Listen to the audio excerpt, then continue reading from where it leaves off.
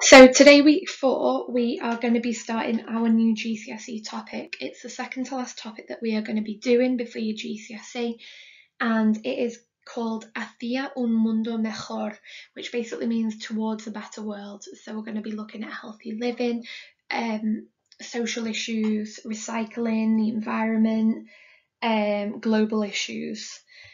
So today and this week we're going to put a focus on healthy living, what you do to stay healthy, exercise, food and drink, and any social issues such as drinking, smoking, alcohol, which can affect your health.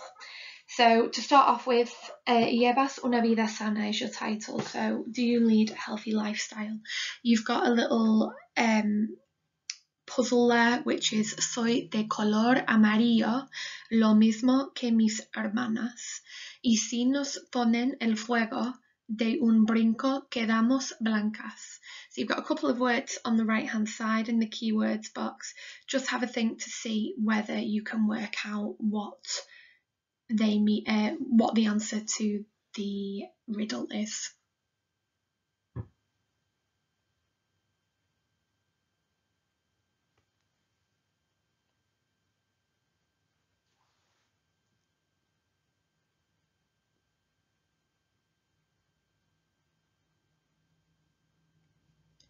So it says, I am the colour yellow, something something, my sisters or my siblings, something, fire, jump, we become white. We jump, we become white. So could it be potatoes, sweets, or popcorn? Obviously it's going to be popcorn because they start off yellow. They're all the same, and when you put them in heat and they jump and they become white. So that's the riddle for the day. Okay, so on this slide, what you are going to do is look at the words. You've got loads of food and drinks. You are going to decide whether they are healthy or if they are unhealthy. So, primero, ¿qué significan la comida y la bebida en inglés? Segundo, decide si son sanos o malsanos. So this is something that you can do in the back of your book, or you could do it on a Word document or on a separate sheet of paper. You can do 2 circles, one healthy, one unhealthy, and try and work out what them words mean. You might have to do some searching, look in a dictionary, look online for some of the words, but a lot of them you'll have already come into contact with. So maybe assess how much you already know and maybe keep a word bank of the ones that you didn't know that you can reuse throughout the topic.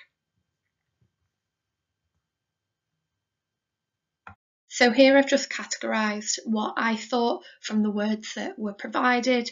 Obviously, like it says in the middle, some foods are more healthy in moderation. So the likes of bread, which I've put on the unhealthy side, and cheese, obviously they can be healthy in moderation. So there is that. It's up to your opinion where you put them for each of the words, but obviously you've got the likes of fruit and veg, which are healthy, and you've also got fizzy drinks, sweets, pizza, chocolate, which are going to be your unhealthy foods that shouldn't be consumed in excess. So adjectives, you're describing words. Key should be used in every piece of work that you do in Spanish. We don't have it in English. We don't have masculine and feminine. We have our plurals, but they don't follow. They follow the same pattern, which makes it easier for us. So you have got the word healthy on the PowerPoint here 4 times. You've got sano, sana, sanos, and sanas. Obviously, they all mean healthy, but we've got 4 different words which are determined for masculine words. So if your word at the start is L or ends in an O, it's masculine. If it's la and ends with an A, it's feminine. If it's os and ends with os, it's plural masculine. And then las and ends with as, it's plural feminine. And then it all follows that same pattern. So la ensalada sana. So you've just got to make sure that your adjective sounds the same as the words that you've previously used to make sure that masculine and feminine are correct. Then you've got some adjectives that don't end in an O. So if you look for the word healthy in a dictionary, it would give you sano, which would give you the word in the masculine form, which you could then change. But if you looked for the word spicy, which is picante, then you'd get that word, which ends in an E. So in that case, you don't change the ending for masculine and feminine, but you would add an S on the end if it was a plural food. So if you wanted to say the chicken is spicy, it would be picante. If you wanted to say the salad is spicy, it would still be picante. It doesn't change to picanto or picanta. For this slide, what you've got to do is focus on the adjective agreements. The adjectives have been put in brackets for you, and you're going to translate the sentences into Spanish. I would do this on a piece of paper, a Word document, in the back of your book, wherever you're doing the work for these lessons, and I'd do it how you do it in class. So you translate it, and then on the next slide check the answers and green pen them, because it's worthwhile seeing, have you actually understood it? Do you need to go back and go through it at your own pace? So remember, the words in the brackets need to be changed depending on whether they're masculine, feminine, singular and plural. So is it going to end in an O, an A, OS or AS?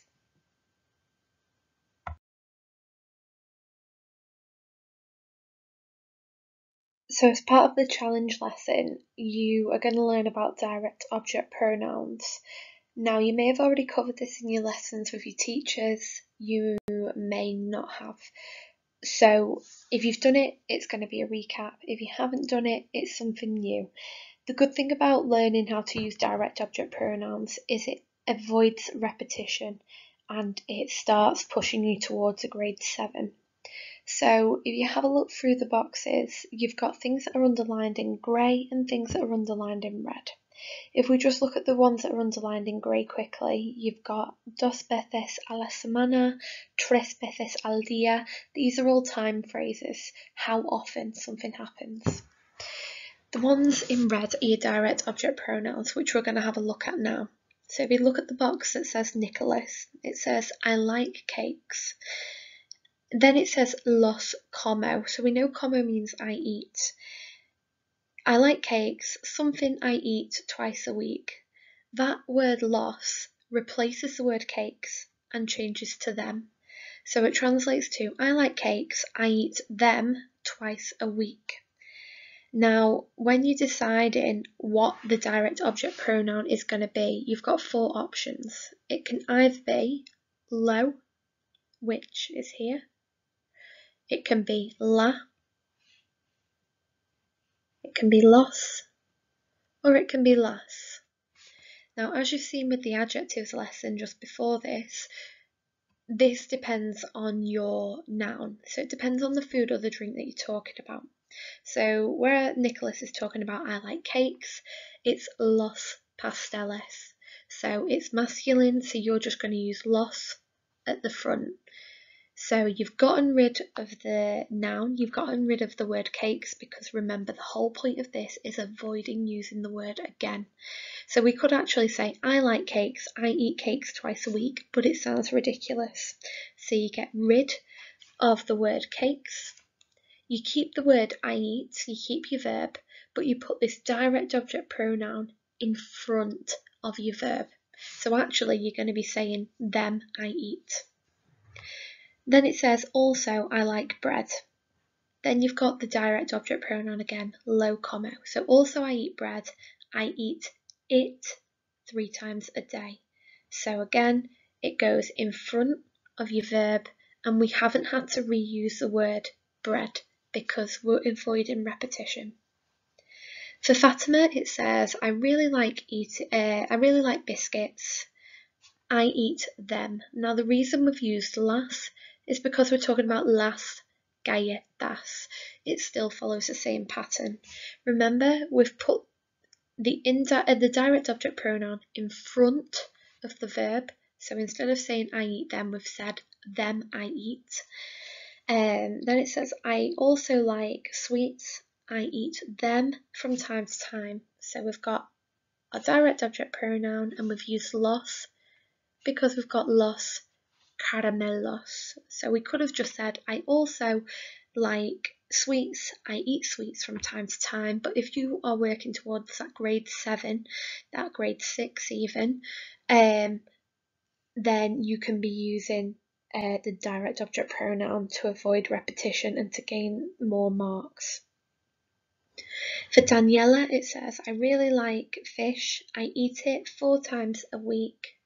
So again, lo is your direct object pronoun, and it is lo because el pescado is masculine.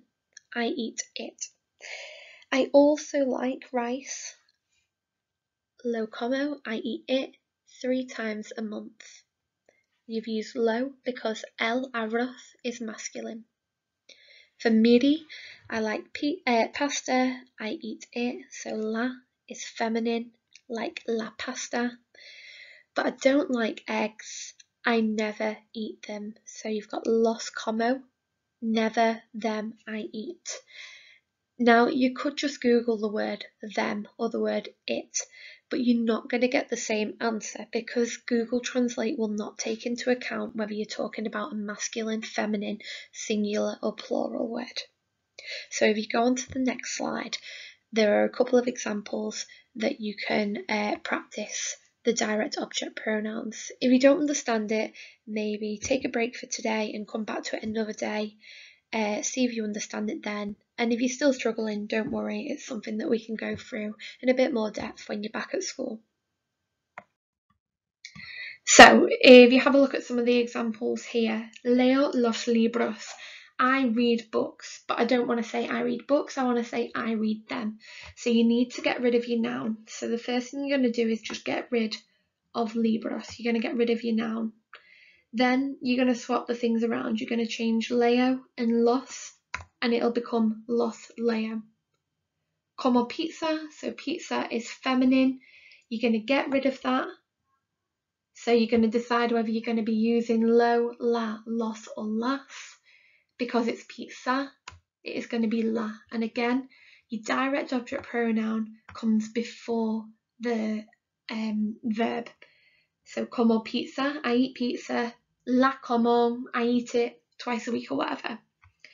Fumo, it's got an O on the end, so it's going to be masculine. So this one would go from bebo, fumo, to lo, bebo. Fumo is masculine, so it needs to become lo.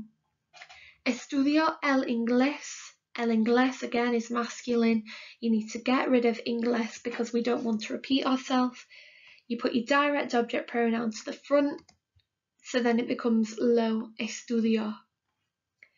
Verduras, it's got AS on the end, so A means it's feminine, S means it's plural. Como verduras, you put your direct object pronoun at the front, so that's your las, como. So instead of I eat vegetables, you're saying I eat them. But basically it translates to them I eat. Veo telenovelas, again, same process. AS on the end means it's feminine plural. We want to get rid of the word soaps, telenovelas, and then we're going to put it to the front. So we're going to say las veo, I watch them. And the same with the last one. Compro camisetas, I buy t-shirts. You're getting rid of camisetas. It's feminine because it's got an AS on the end. So then you're going to put las at the front and then your verb after, las compro. So on this slide, you are just going to translate the orange or the red sentences. The orange are a bit easier, the red just a bit more challenging using them direct object pronouns. Once you've done that and translated it,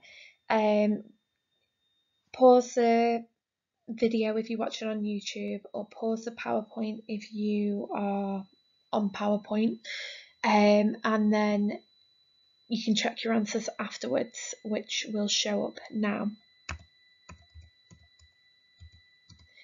So here are your answers. Green pen them, see how you did, see what you might need to work on for future reference when using these direct object pronouns. Here you've got a reading comprehension, just looking at some of the vocabulary that you've already seen regarding healthy living.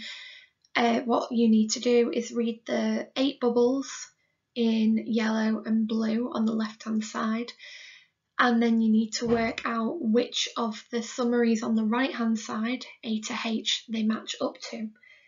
Now this is something that will be submitted on the quiz on Show My Homework, named Week 4 Reading Comprehension Quiz. So it might be worth writing down your answers first and then submitting them on the quiz. Or if you want to do it all on the quiz without planning your answers first, there's no time limit, so you can do it either way. So now the reading comprehension that you will have just looked at from the slide before, you are going to go to Show My Homework and you're going to complete the reading comprehension quiz. After that, you're going to do the quiz on direct object pronouns just to see how you understood them. We have already done work on them in lesson over the last few months. I know as of January we did put a big focus on them, so it's just recapping them and making sure we can still be getting them into our work. So we've done one of these activities before in lesson, we do it plenty of times. This time I've just made it a bit easier because obviously we're not in lesson and you've not got your partners to talk with. I've underlined where the verbs are in each of the sentences, so they're going to help you to determine what tense each of these sentences are. I'd pause it at this point and I'd give yourself a minute just to have a think through, but now I'm going to go into explaining what tense is what and why. So the first one, nice and easy, como is your verb, it's got an O on the end. When we've got an O on the end, we know that we're talking about the present tense. So nice and easy. By default, we should know the word fui means I went. Ayer means yesterday. It's talking about something that happened once in the past. So that is going to be your preterite tense. Number 3, we've got our infinitive, we've got AR, so we know that it's definitely going to be a future tense, but we've just got to work out which one. We've got boy, a, infinitive. I am going to try, so that is your near future tense. Me gustaría, again, you've got your AR infinitive, and then you've got ia on the end. We should know me gustaría anyway means I would like. So that is going to be your conditional because it's something that is, it's not happened, it's not happening, it may happen, but it also may not happen. Cuando era joven jugaba, right, it's got no infinitive, it's just got aba on the end. We know that when it's got aba on the end, it is going to be our imperfect. We also know cuando era joven, when I was younger, something that used to happen in the past. Para mantenerte en forma debería. So we've got our infinitive, which means it's a future tense, and then we've got ias on the end. If you look back at number 4, that's also got ia on the end, so it's going to be another conditional. En el momento estoy comiendo. So we've got 2 parts. We know that estoy is I am. Comiendo, so when we've got iendo or ando on the end, it's the present continuous. It is something that is happening right now. At the moment, I am eating healthily at home or in my house. Number 8, again, we've not got an infinitive, but we've got ido on the end, or it can be ado. So that means that it is going to be the perfect tense. Today I have eaten. And then finally, you've got your infinitive, AR, and then you've got your E with an accent on the end. We know another tense that's got an E with an accent on the end, which is the preterite. So remember the way that we work it out. We could have hablar, hablare, or we could have hable. Now the difference between the two is one of them has got the infinitive and one of them hasn't. The one that's got the infinitive is going to be your true future tense. And the difference between the near future and the true future is the near future is I am going to do something, and the true future is I will do something. We have the same in English, obviously. We can either say I'm going to do this or I will do that. It just allows us to access higher marks by using a different tense. So we've done a minuto loco plenty of times in lesson before. You should all know how it works. I would pause the video when I finish speaking to give yourself maybe 3 minutes, 4 minutes to do this. If you haven't done much work on tenses over the past couple of weeks, use the page in the back of your book. If you have done some work, try and test yourself and see how you're getting on with them tenses. Remember, if it's a past tense, then you are going to take off the ending and add on. If it's a future, you're going to keep the ending, you're going to keep the infinitive and add on. So pause it if you're watching YouTube at this point, or pause it if you're on the PowerPoint, and then the answers will come up after.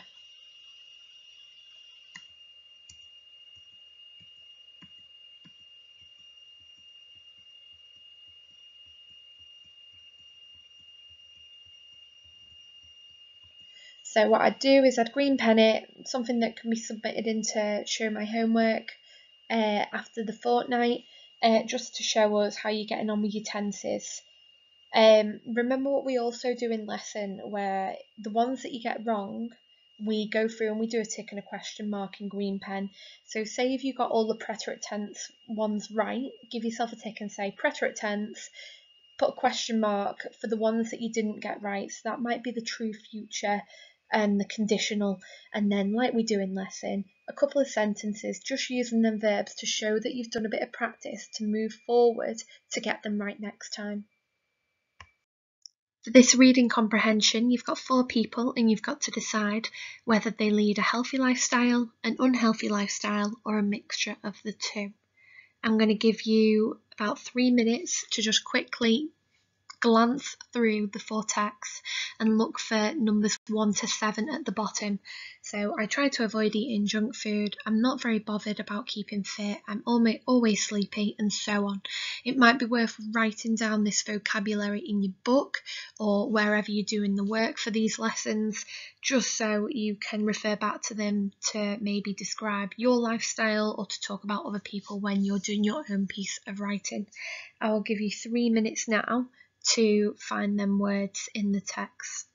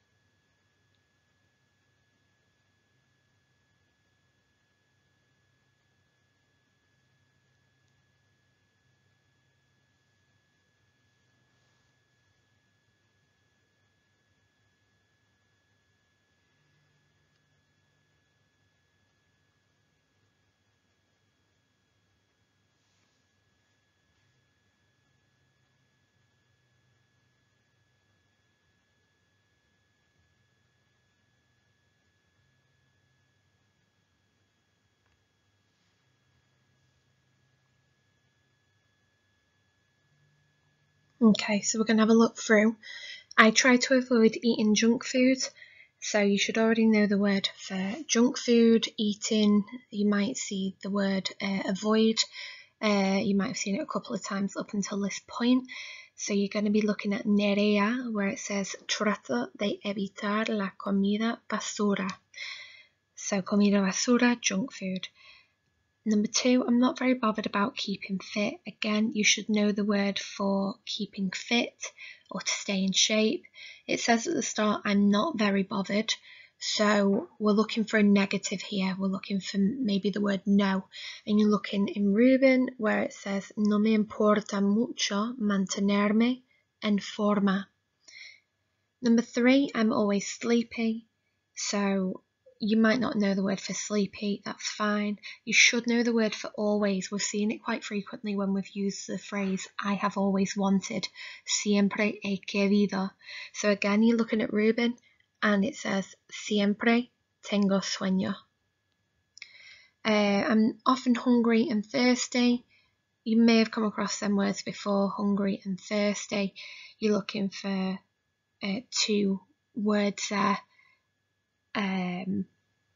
And they are where it says Adela, muchas veces tengo hambre y sed. So they say I have hunger and thirst in Spanish. They don't say I am hungry and thirsty. I have a very stressful job. We all know the word very. We know the word stressful, or should be able to pick it out because it's a cognate. It's a first sentence in Carmen where it says tengo un trabajo muy estresante. I don't sleep well. Again, it's another negative, so you're probably looking for the word no. We should know the word well. Bueno, bien. So it's no duermo bien. I often have a headache. If you know the word for head or pain, then that will help you. Otherwise, it's that final sentence that says, muchas veces tengo dolor de cabeza. Basically means pain of the head. So what we're going to do now is have a look through each of the paragraphs and just kind of do like a walking, talking, reading comprehension of how you would tackle this and look for the right answers. So the first one, Nerea. Yo creo que es muy importante comer bien, por eso trato de evitar la comida basura y las bebidas azucaradas. Y, en cambio, intento comer mucha fruta y verdura. So, along there you've not seen any negatives really. You've said it's important to eat well, so that's positive. I try and avoid fast food. Positive, tries to avoid fizzy drinks as well. Also, on the other hand, I also try and eat a lot of fruit and veg, so they are all for positive. You've got the word además, which is like también, so it's like furthermore, also. So that's not a negative connective, that's actually going on to further describe this positive point that we've started with. I do a fair bit of exercise. Hago bastante ejercicio, voy a la piscina cada semana y también practico ciclismo. So again, all positive because they're talking about the amount of exercise that they do, which means Nerea is going to be positive. So she leads a healthy lifestyle.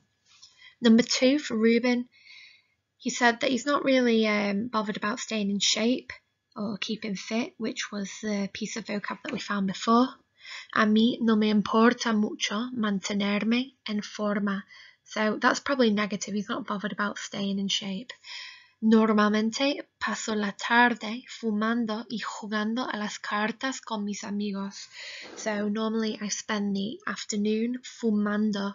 So if you don't know the word fumar already, if you've ever been on holiday to Spain, or you may have seen adverts on cigarette packets which say fumar mata, so smoking kills, or anything like that.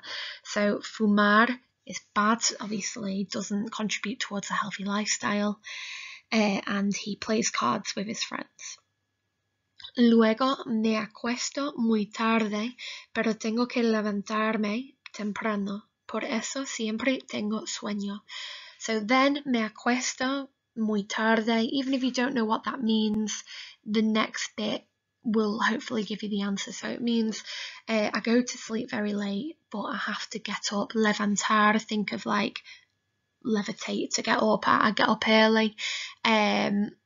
Therefore, I'm always tired. So again, always tired, goes to sleep very late, has to wake up early. So Ruben leads an unhealthy lifestyle. Adela, lo más importante para mí es tener una buena apariencia física y casi siempre estoy a dieta. So, most important thing for me is to have a good appearance, cognates, good physical appearance. So she's bothered about the way she looks, which would probably contribute to being healthy. I'm always on a diet it's showing the intention to be healthy but may not be healthy. So it's a bit of a difficult one. So reading on, por eso muchas veces tengo hambre y sed. That's probably unhealthy. A lot of the time they are hungry and thirsty, so that's obviously not really a healthy lifestyle. There's pros and cons so far. También creo que el ejercicio físico es importante y todas las tardes salgo a correr. So this bit goes on to talk about the exercise. Believes that physical exercise is important. Every afternoon they go for a run. So with Adela, it's probably positive and negative. It's a bit of the two. Carmen, tengo un trabajo muy estresante y creo que me está empezando a afectar a la salud. So if you didn't know the word empezando, you've got, I have a very stressful job and I believe that something to affect my health, right? So that's probably a negative thing. No duermo bien, negative. I don't sleep well. I'm always tired, negative. No me apetece comer, so don't have an appetite to eat. Muchas veces tengo dolor de cabeza, so a lot of the time they have a headache. So for Carmen, again, probably negative, of unhealthy lifestyle due to her job. So we do these in lessons. Your 60-second sentence structure. What you are going to do is you've got the words, you've just got to jumble them around to create a sentence that would translate to the top one. So I would say 60 seconds for each. You might need to pause it because I'll just go through the answers now.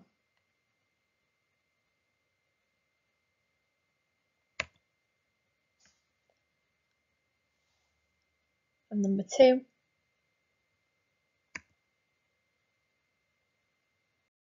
Again, 60 seconds. You may need to pause it just so you can give yourself time to answer it. And now your answers. And number 4.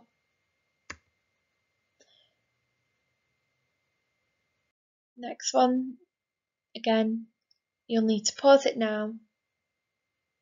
And then your answers. And number 6.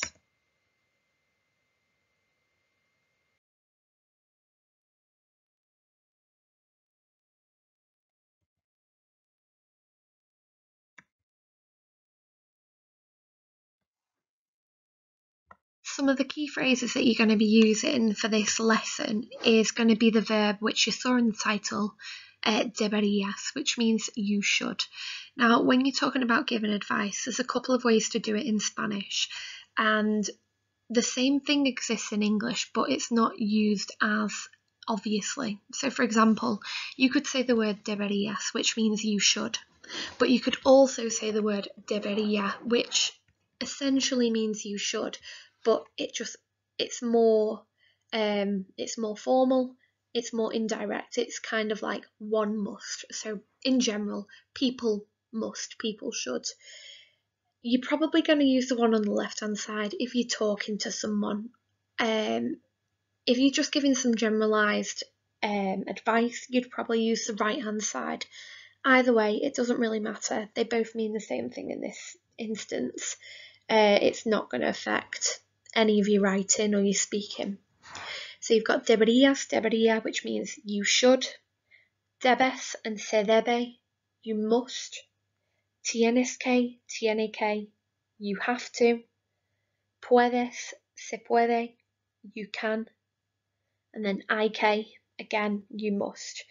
Loads of variations. If you've already used deberías, change it and use puedes or tienes que, just so you're getting that range of vocab in your work.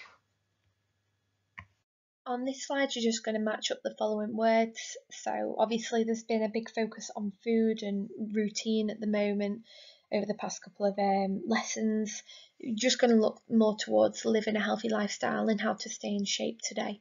So just match up these words. Start with the words that you know, then look for the cognates. The cognates are the words that look like English. Then look for different grammatical things to help you. It might be verbs, it might be nouns, infinitives. On this slide, you're going to have 1 minute exactly to quickly read the gist in each of the 4 text boxes. The whole point of this is to not waste too much time, to practice exam skills and being under exam conditions, to make sure you're working as quickly as you possibly can, but also as effectively looking for the correct answer.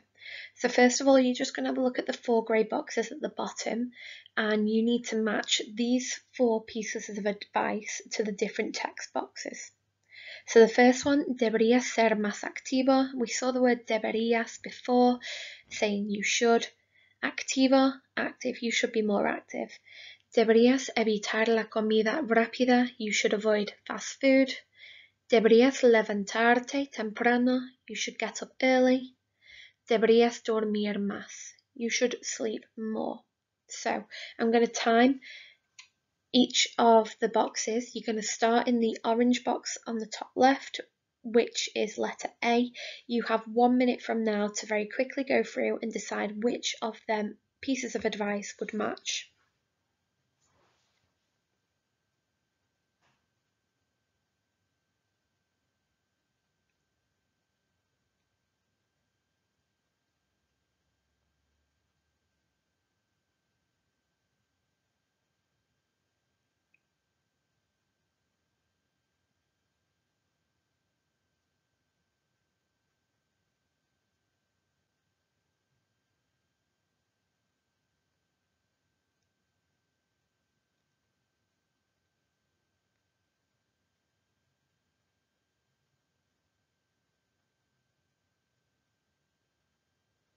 So the best thing to do with reading comprehensions like this is look for similar words to the ones that you'll see in the question or the answer. So for this one, we've got the word duermo, which means I sleep. You've got dormí, I slept. 5 horas, 5 hours. Cansado, which means tired. So this one is going to link to deberías dormir más, okay? So this one down here is going to match up to A. The next one, you've got 1 minute to look at the blue box at the bottom. B, off you go.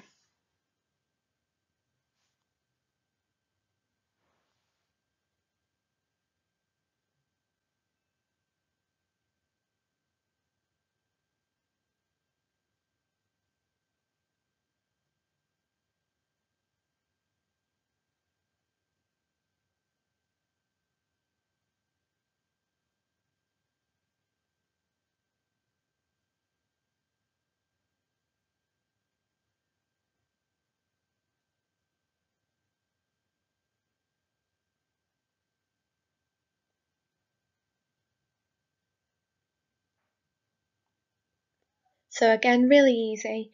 You're looking for the similar words, you're looking for what they're talking about, what's the topic of the text box. This one's about getting up early. They say that they have to catch the bus in the morning, they don't have enough time. They say muy temprano, which is using the same word. So that is going to link to B. They said it's important to have breakfast, but they don't have the time because they have to catch the bus. 1 more minute for the yellow box, C.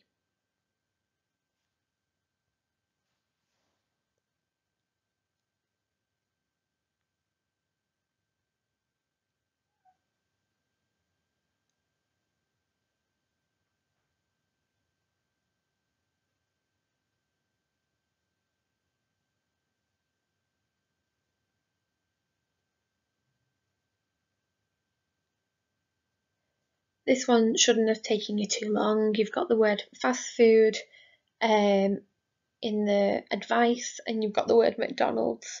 So they say that they go to McDonald's too much. That's quite a quick, easy one, which leaves you with your last one being you should be more active. So if you quickly read through, they actually eat very well, but they say, however, I don't do a lot of exercise. Sin embargo, no hago mucho ejercicio.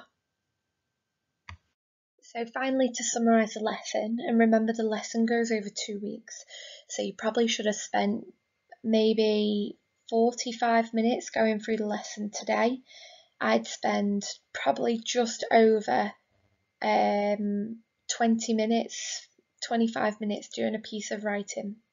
It's vital that you keep up to date with your writing and your Spanish, because obviously everyone in 9 Upper 1 are going to be going to do GCSE next year, and we're going to have to make up for lost time, which is completely fine. We'll be able to do it, and I don't want anyone to worry, but it's just vital that when you don't use a language, you lose it very quickly. So just make sure you keep on top of the small amount of work we're setting over the fortnights. This piece of writing, what I would like you to do is a blog entry about, do you lead a healthy lifestyle? So simply you could just respond by saying, no, I don't lead a healthy lifestyle because I eat this, this and this, but that's not enough. Now we've got a range of grades in the class in 9 Upper 1. We've got people working towards grade 3s and people working towards grade 6s and 7s at the moment. That is completely fine. We are all working at different paces, which is okay. So what I've done is I've categorised each grade and what I expect for each grade. So if you're working at a grade 3, as standard, this is what everyone needs in their work. You need them 2 different tenses, the present and the conditional tense, which we've looked at this lesson. It doesn't have to be overcomplicated. Remember, take your time and don't rush it and don't waffle. Always keep it clear and concise, because the minute that you start making it complicated, if you're not confident to do so, then it won't translate correctly to an examiner. So again, treat it like a 90-word essay like we do in lesson, half a sheet of A4 paper, just to show how much you've understood, whether you're still okay with them direct object pronouns, whether you can get your different tenses in, and then obviously if you are working up to the grade 6, we have covered all this stuff in lesson before anyway. In lesson we have absolutely hammered all of the different tenses. As a class we have learnt the present, the conditional, the near future, the preterite and the imperfect. That is 5 tenses that we have done and you will have learnt over the years consistently. They should allow you to access a grade 5 using most of them. Also, we have done the true future tense and we have done the perfect tense. We have also done the present continuous. There are 3 more tenses there. If you're confident at using them, use them. That's fantastic. If you're not, don't rush it. There's no pressure to do it yet. Remember, targets for the end of year 9 are grade 4 and grade 5 anyway, which are right in the middle of this slide. So just do with what you're comfortable at the moment. Once you've done that, just take a picture of your work that you've done and send it us on Show My Homework so we can see how you've been getting on, whether there's anything we need to recap in the next fortnight's lesson, and also just to make sure that you're keeping up with your Spanish and using it so as to make it easier when we get back to school.